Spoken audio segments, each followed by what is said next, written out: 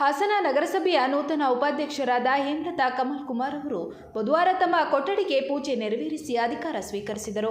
ಇನ್ನು ಏಪ್ರಿಲ್ 16ರಲ್ಲಿ ನಡೆದ ಉಪಾಧ್ಯಕ್ಷರ ಚುನಾವಣೆಯಲ್ಲಿ ಜೆಡಿಎಸ್ ಮತ್ತು ಬಿಜೆಪಿ ಮೈತ್ರಿಯ ಬೆಂಬಲದಿಂದಾಗಿ ಉಪಾಧ್ಯಕ್ಷರಿಗೆ ಅವಿರೋಧವಾಗಿ ಆಯ್ಕೆಯಾದರು. ಇನ್ನು ಈ ಕುರಿತು ಮಾತನಾಡಿದ ಅವರು, ಇದೇ ಮೊದಲ ಬಾರಿಗೆ ಉಪಾಧ್ಯಕ್ಷೆಯಾಗಿ ಆಯ್ಕೆಯಾಗಿದ್ದು ನಗರದ ಅಭಿವೃದ್ಧಿಗೆ ಶ್ರಮಿಸುವೆ ಹಾಗೂ ಪ್ರತ್ಯಕ್ಷ ಮತ್ತು ಪರೋಕ್ಷವಾಗಿ ಸಹಕರಿಸಿದ ಎಲ್ಲರಿಗೂ ಧನ್ಯವಾದ ತಿಳಿಸಿದರು. ಈ ಸಂದರ್ಭದಲ್ಲಿ ಜೆಡಿಎಸ್ ಮುಖಂಡ ಕಮಲ್ ಕುಮಾರ್ ಮೊದಲಾದವರು ಈ ವೇಳೆ ಹಾಜರಿದ್ದರು.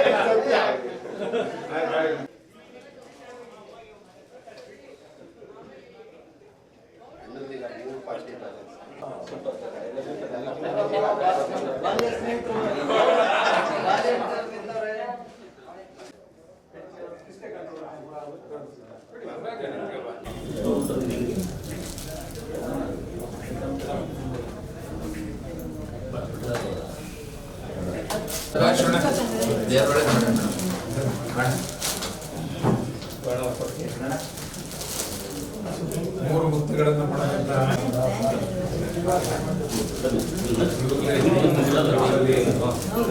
Youngsters team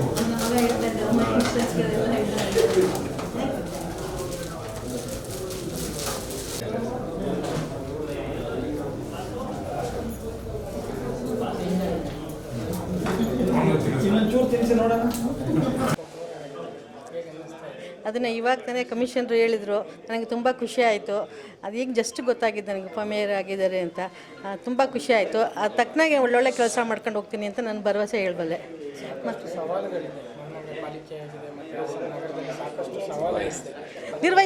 ನಿರ್ವಹಿಸ್ತೀನಿ. ಫಸ್ಟ್ ಟೈಮ್ ಅಲ್ವಾ, ಚೆನ್ನಾಗಿ ನಿರ್ವಹಿಸ್ತೀನಿ. ನಮ್ಮ ಯಜಮಾನರು ಸಹಕಾರ ಕೊಡ್ತಾರೆ, ಅವ್ರಿಗೆ ಅನುಭವ ಇದೆ. ಎಲ್ಲನೂ ಸಹಕರಿಸ್ತೀನಿ. ಅದೆಲ್ಲ ಕಾರಣ ನಮ್ಮ JDSನ ಮುಖಂಡರಾದ ರೇವಣ್ಣ ಸರ್ಗೆ ಮತ್ತು ಸ್ವರೂಪ್ ಅವ್ರಿಗೂ ನಾನು ಕೃತಜ್ಞತೆ ಹೇಳ್ತಾ, ಅವರು ನನಗೆ ಚೆನ್ನಾಗಿ ಸಹಾಯ ಮಾಡಿದ್ದಾರೆ. ಈ ಸ್ಥಾನಕ್ಕೆ ಬರೋಕ್ಕೆ ಅವರಿಬ್ಬರು ಕಾರಣಗಳಾಗಿದ್ದಾರೆ. ಅದಕ್ಕೋಸ್ಕರ ಅವ್ರಿಗೂ ನಾನು ಧನ್ಯವಾದಗಳನ್ನ ಹೇಳ್ತೀನಿ. ಇದಕ್ಕೆ ನಾನು ಎಲೆಕ್ಷನ್ ನಿಂತ್ಕೊಂಡಾಗ ಮುಖ್ಯ ಕಾರಣ HS ಪ್ರಕಾಶ್ ಅವರು ಸೀಟ್ ಕೊಟ್ಟಿದ್ದು ನನಗಿದು. ಅವ್ರಿಗೆ ಕೊಡಲೇಬೇಕು ಅಂತ ಹೇಳಿದ್ರು. ಅದಕ್ಕೋಸ್ಕರ ನಾನು ನಿಂತ ಮೇಲೆ ಗೆದ್ದಿದ್ದು ಅವ್ರ ಕಡೆಯಿಂದನೇ. ಹಂಗಾಗಿ ನನಗೆ ಸೀಟ್ ಇವಾಗ ಕೊಟ್ಟಿರೋದು ಸ್ವರೂಪ್ ಸರಿಂದ ಆಗಿರೋದು. ರೇವಣ್ಣ ಸರ್, ಸ್ವರೂಪ್ ಸರ್ ಇಬ್ಬರು ಸೇರ್ಕೊಂಡು ನನಗೆ ಉಪಾಧ್ಯಕ್ಷರಾಗಿ ಮಾಡಿದ್ದಾರೆ. ಮಾಡ್ತೀನಿ ಅಂತ ಹೇಳ್ತಾ ಇದ್ದೀನಲ್ಲ, ಮಾಡ್ತೀನಿ. ಇವಾಗ ಗೈಡ್ನೆಸ್ ತಗೊಂಡು, ನಮ್ಮ ವಾರ್ಡ್ನ ಜನಗಳ ಗೈಡ್ನೆಸ್ ತಗೊಂಡು, ಹಾಸನ ನಗರ ಜನ ಗೈಡ್ನೆಸ್ ತಗೊಂಡು ಗ್ಯಾರಂಟಿ ಮಾಡ್ತೀನಿ.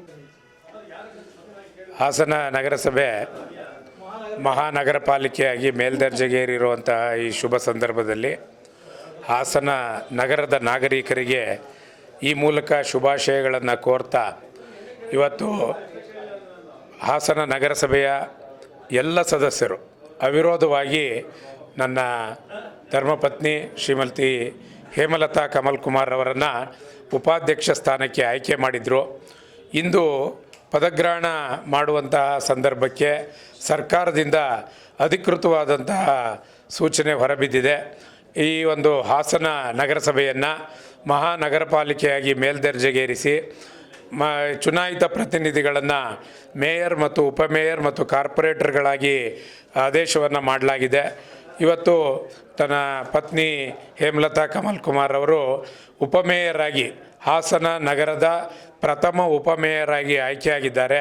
ಅದಕ್ಕಾಗಿ JDS ಪಕ್ಷದ ವರಿಷ್ಠರಾದಂಥ ಸನ್ಮಾನ್ಯ ಮಾಜಿ ಪ್ರಧಾನಮಂತ್ರಿಗಳಾದಂಥ HD ದೇವೇಗೌಡರಿಗೆ, ಸನ್ಮಾನ್ಯ HD ಕುಮಾರಸ್ವಾಮಿ ಅವರಿಗೆ, ಮಾನ್ಯ ಶ್ರೀ HD ರೇವಣ್ಣನವರಿಗೆ, ಶ್ರೀಮತಿ ಭವಾನಿ ರೇವಣ್ಣನವರಿಗೆ ಹಾಗೂ MLC ಅವರಾದಂಥ ಡಾಕ್ಟರ್ ಸೂರಜ್ ರೇವಣ್ಣನವರಿಗೆ ಮತ್ತು ಇದಕ್ಕೆ ಬಹುಮುಖ್ಯವಾಗಿ ಕಾರಣಕರ್ತರಾದಂಥ ಶ್ರೀ HS ಸ್ವರೂಪ್ ಪ್ರಕಾಶ್ ಅವರಿಗೆ ಮತ್ತು ಈ ನಗರಸಭೆ ಚುನಾವಣೆ ನಡೆಯುವಂಥ ಸಂದರ್ಭದಲ್ಲಿ ನಮಗೆ ಹೆಚ್ಚಿನ ರೀತಿ ಆಶೀರ್ವಾದ ಮಾಡಿ ಟಿಕೆಟನ್ನು ಕೊಟ್ಟು ಗೆಲ್ಲಿಸಲಿಕ್ಕೆ ಕಾರಣರಾದಂತಹ ದಿವಂಗತ ಎಚ್.ಎಸ್. ಪ್ರಕಾಶ್ ರವರು ಹಾಗೂ ದಿವಂಗತ ಪಟೇಲ್ ಶಿವರಾಮ್ರವರು ಹಾಗೂ ನಗರಸಭೆಯ ಮಾಜಿ ಅಧ್ಯಕ್ಷರಾದಂತಹ ಚನ್ನವೀರಪ್ಪನವರು ಮತ್ತು ಜಿಲ್ಲಾ ಪಂಚಾಯತ್ನ ಮಾಜಿ ಸದಸ್ಯರಾದಂತಹ ಶ್ರೀಯುತ ಕೆ.ಎಂ. ರಾಜೇಗೌಡರವರು, ಈ ಎಲ್ಲ ಪ್ರಮುಖರುಗಳು ಮತ್ತು ಜಿಲ್ಲಾ ಪಂಚಾಯತಿಯ ಮಾಜಿ ಅಧ್ಯಕ್ಷರಾದಂಥ ಶ್ರೀಯುತ ಸ್ವಾಮಿಗೌಡರವರು, ಈ ಎಲ್ಲ ಪ್ರಮುಖರುಗಳು ಪ್ರಮುಖ ಕಾರಣಕರ್ತರಾಗಿದ್ದಾರೆ. ಅವರಿಗೆಲ್ಲರಿಗೂ ಕೂಡ ನಾವು ಆಭಾರಿಗಳಾಗಿದ್ದೇವೆ.